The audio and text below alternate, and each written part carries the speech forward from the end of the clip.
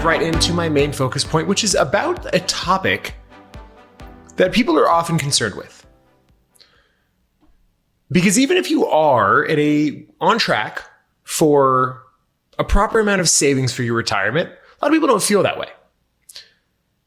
In fact, only 47% of people, as surveyed by BlackRock, feel as though they're on track for their retirement. 60% fear that they are likely to outlive their retirement savings. So this is highlighting the widespread anxiety in the phase of life in which you're supposed to be accumulating and the need for potentially shifting your strategic plan for retirement.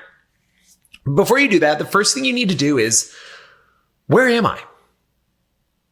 You have to take a look at your financial inventory, your balances of your 401ks, your bank accounts, your IRAs, your brokerage holdings. What is your debt?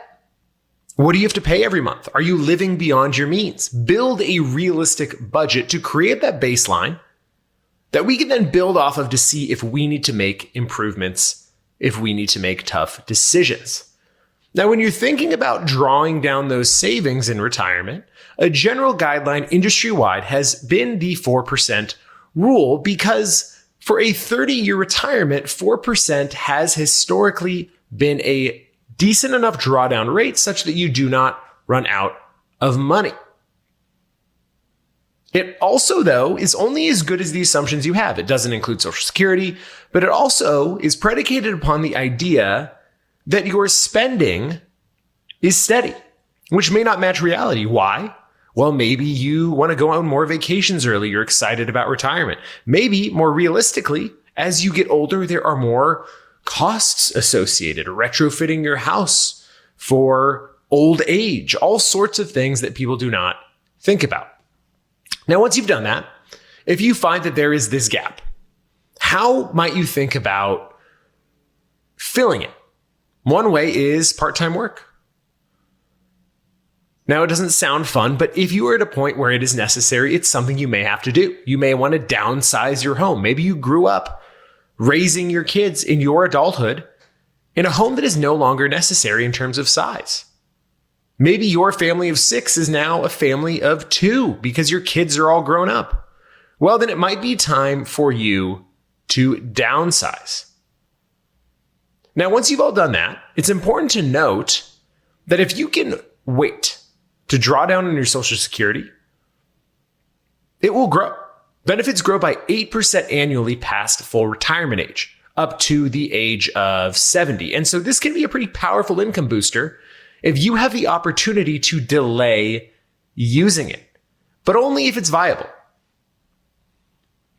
Now, one thing that everybody should think about way before they even get to retirement is that workers 50 plus can contribute more to their retirement accounts, $8,000 to their IRAs and up to $31,000 to their 401ks as of 2025, because the Secure 2.0 Act boosted those limits even further as soon as you get to the age 60 and 63. So these catch-up contributions can really play an important role if you weren't able to save enough earlier in your career. Now, for those of you who have a home and you may not want to downsize, but you need money in the interim, you can tap that home equity. We also live in a world where you don't have to go somewhere to work anymore. And so maybe you're specialized. Maybe you have institutional knowledge within the industry that you've been in.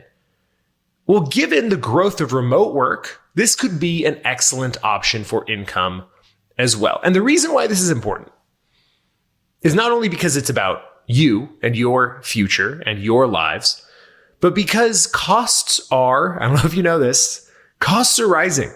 Healthcare, housing, inflation, they're all putting pressure on my budget, on our listeners' budgets, on everyone's budget, and especially on retirees' budgets. And so creating these alternative sources of income, thinking about a smart withdrawal strategy, thinking about how, based upon where you are now, if you can save more than you have been before, is more crucial than it has ever been. I'm giving you this advice, and it's a checklist of advice. But the reality is that retirement, it's personal. It's not formulaic. Everybody's situation, every single person's situation is different. So those steps, assess where you are, assess where you need to go, think about what you can do to get there.